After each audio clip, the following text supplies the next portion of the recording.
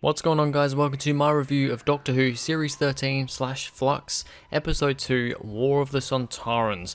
So I'm a little bit later getting this one to you because I didn't have time really yesterday to do it like I did last week. So these videos will generally either be out on Tuesday or Wednesday, depending on when I get around to doing them. But yeah, War of the Sontarans. Let's just get straight into it with the cast. So starting off with Jody Whittaker as the 13th Doctor. You know what? I actually really liked her in this episode. I thought she was quite a lot better than she was in the Halloween Apocalypse. I thought she was decent in the Halloween Apocalypse. If you saw my review of that episode, you will know what I was talking about. But yeah, I still thought she had some of those quirks and still didn't feel right. And that story in general was just, there was a lot going on, a lot happening. So it was hard to kind of focus on the character, you know. But in this episode, I think that Jody Whittaker did a amazing performance. Honestly, probably one of my favourite performances by her. Not as many silly moments, but there were still some funny moments from her that were actually really good, and I think she did a great job with. There was quite a lot of serious moments, which I also think she did really good, and just generally, the whole feel of her character in this episode, I just really liked, and honestly, it was one of my favorite episodes for the 13th Doctor. I really think that, I mean, this does happen now and again with episodes for me, where, you know, she has a few episodes where it's like, oh, I don't really like her here, she's still not, I can't warm up to her, and then all of a sudden she has an episode where she's really good and I really enjoy her, and I think, this is it, this is Jodie Whittaker finally getting into the role, her character's fleshing out, this is really, really good, and then the next episode she's kind of back to the point where I didn't like her again, so I'm hoping that this momentum can carry on because I did really quite enjoy her in this one. Mandip Gill as Yasmin Khan, I actually quite liked her in this episode as well. Yaz is a character that I really have not been able to, you know, just, I don't know, get with, I guess. I just haven't been able to get her throughout this whole time that she's been on the show, and you know, series 11 she really wasn't focused on at all and was a very, very 2D character. Series 12 she was a little bit better, but I still couldn't quite, you know, mesh with her. But this episode here, I think she does a decent amount in the episode. What she does do, I think, is really good, and yeah, I think I'm not going to say the acting's better because I think the acting's fine generally. It's just more that and that goes for pretty much all you know, Jodie Whittaker, Mandip Gill, all those. The acting is good, but it's just the scripts that really just don't work usually. But I think it works. She works pretty good in this one, and I did quite enjoy her. And then we've got John Bishop as Dan. Yeah, really liked him here as well. Great lead on from the first episode. I really liked him in the first episode when he was introduced, and I really like him again here. Of course, you've got him going around smacking Sontarans with a frying pan. Or actually, I think it's a wok. He goes smacking them with a wok, and I thought that was just brilliant. It was amazing. I loved it. And yeah, all in all, really liked Dan. Really liked the whole TARDIS crew this episode. So please, Chibnall, keep this going for the rest of the series. Alright, so now let's go on to the good and the bad, starting with the good. The Sontarans fighting in the Crimean War, not the Russians. So this episode starts off with the Doctor, the Doctor and Dan and Yaz. They find themselves in the Crimean War, but it's pretty sure it's the British, isn't it, fighting in that war? I'm pretty sure it is. They're supposed to be fighting the Russians in the Crimean War. But turns out it's not the Russians, it's the Sontarans. And the people of this time, the British soldiers and the lady that I can't remember her name, but you know, one of the main women that's in this story, she's kind of like a doctor, you know, like a nurse doctor. She has that kind of hotel. It's the British hotel, isn't it? So yeah, it is the British. She just is like, yeah, I mean, the word Russian kind of rings a bell in her ear, seems a bit familiar, but she's like, well, Sontarans have always been here, and then they look at a map, and instead of Russia, it's Sontar. I think it said that China was Sontar as well, so there's no China, there's no Russia, they're both Sontar, invaded by the Sontarans, so I thought that was a really interesting premise to the episode. Of course, the whole thing with Sontarans is that they are literally a war race. All they care about is war and bloodshed, really. That's all they do. So, yeah, I thought it was an interesting, relatively unique thing, bringing them in like this. And, yeah, definitely got me hooked on the episode. The Doctor left on her own, Dan back home, and Yaz on some sort of spaceship. Now, we kind of get to know a little bit more about that spaceship, or whatever it was, later on, that Yaz got transported to. Dan got taken back home, where the Sontarans have all invaded there in the present day, and the Doctor was left on her own in the Crimean War. So I really quite liked that. I do quite like it when, from time to time, the companions and the Doctor get split up, because as much as I really like seeing them together all the time, I do quite like having them on their own, doing their own things for an episode or two. So really like that here. And honestly, I think in some ways that actually, I don't know, maybe that's one of the reasons why I like the Doctor a bit more. Just her on her own. I think I prefer her on her own than I do when she's around companions. I don't know what it is, but just seems to be... She seems to get a little bit more serious when she's not around her companions and her friends. And I prefer that side of the Doctor, of this Doctor anyway. So, yeah, I thought them all not splitting up, but getting split up was actually quite interesting. So the Sontarans are still funny. Now, I was a little bit hesitant toward this. Of course, at the end of episode 1, the Halloween Apocalypse, we saw, well, not really at the end, but towards the end, we saw a little clip with the Sontarans, and they were making some funny jokes, like, you look disgusting, like, really disgusting, is what they were saying, and it looked like they were going to be quite funny. And then in this episode, they had some very serious, very, dark, I suppose, moments, but they were also still quite funny. But I do quite like that. I was a little bit unsure at first. I was like, I don't know, these Sontarans, they look really cool. They look horrific. I mean, let's be honest. So I was a bit iffy about them being a little bit satirical and funny.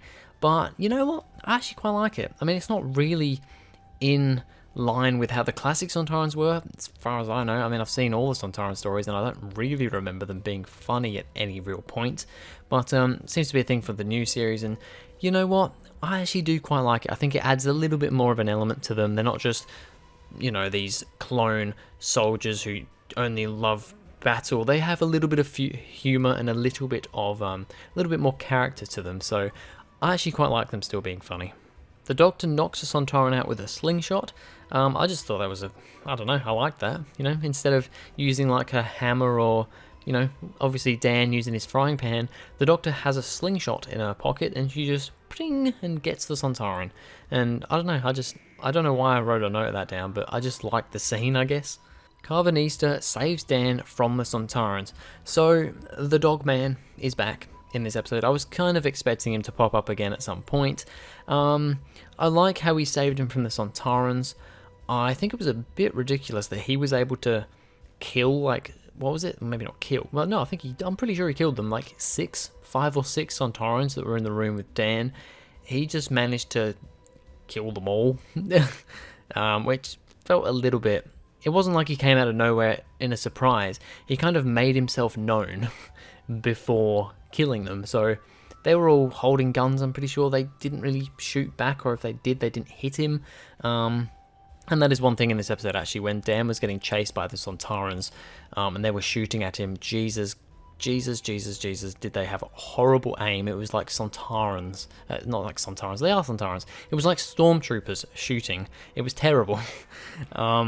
But yeah, I liked Carvanista coming back again. Cool to have him back here again in this episode. At the same time, though, I still don't like the look of him. I think he's just the makeup. It's not really makeup, but the mask just doesn't look good, especially in the close-up shots, which this era of the show, with the direction that they're taking, they seem to do a lot of close-up shots of people's faces. So those bits really don't look good on him. I mentioned this last time, but it was cool to see him back.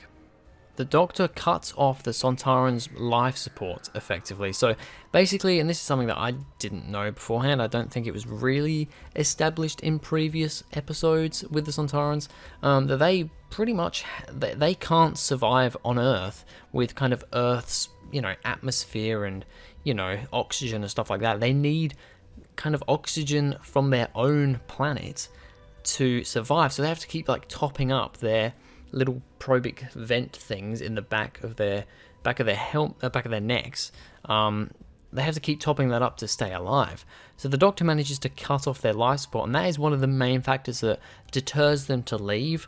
I thought it was a little bit of a quick end. You know, it's like, oh, we've cut off your life support, and they're just kind of like, oh, well, I mean, I guess fair enough. They're going to die, so they've got to go away and get back to their planet, I guess, and fix their life support or whatever. But I felt like it was a little bit of a too quick ending for them. They gave up a little bit too easily, maybe, but I thought the concept of it was pretty good. Yaz and Vinder put in the place of the Cloth Women by Swarm. And I put Cloth Women because I haven't actually looked up what they were called, you know, how Yaz was in that spaceship type thing. Vinder was there as well. We got to see a bit more from him in this episode. He ended up meeting Yaz and then met all the others at the end as well. Well, I'm not sure about all the others, but at least met the Doctor. I can't really remember. But yeah, and they basically went in this thing and they stood on this step, and it was like a proximity thing, and these women with weird makeup on, and they looked kind of dead with like these really white, horrible cloth robe sort of things on, appeared.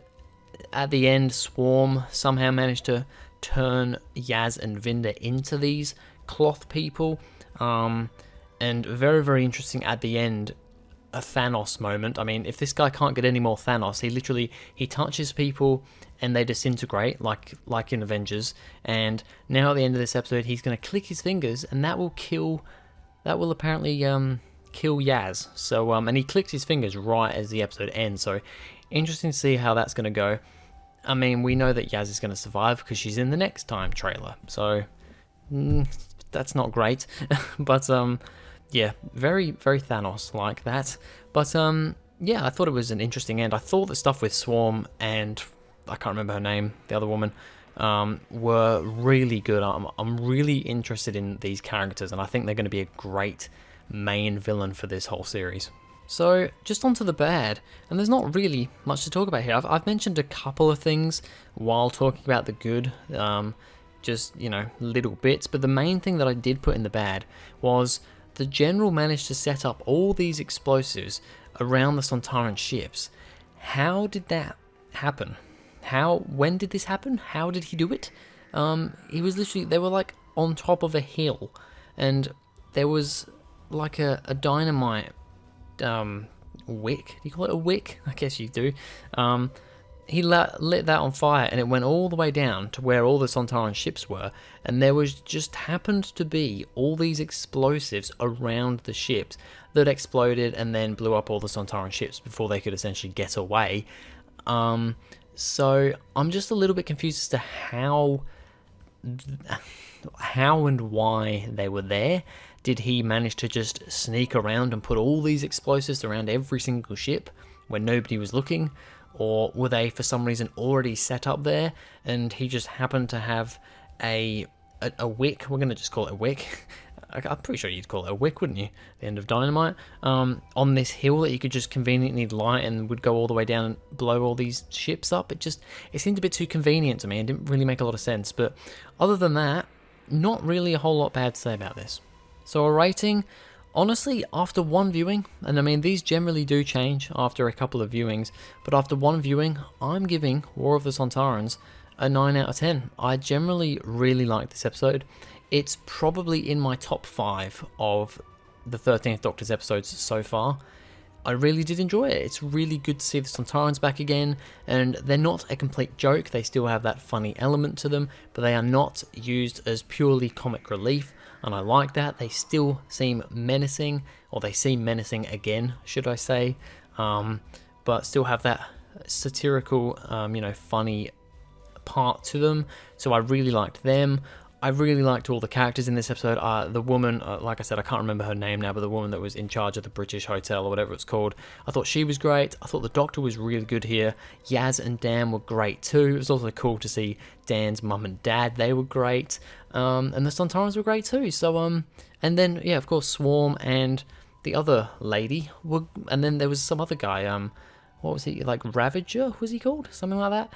The other guy that was with Swarm. He didn't say anything, but his presence was pretty cool and he looked cool. So, yeah, generally not a whole lot of bad stuff to say about this episode. So, yeah, a 9 out of 10 it is. Anyway, that's going to be it for this video, guys. Thank you very much for watching. If you enjoyed, please go ahead, like and subscribe, and I'll see you guys in the next video.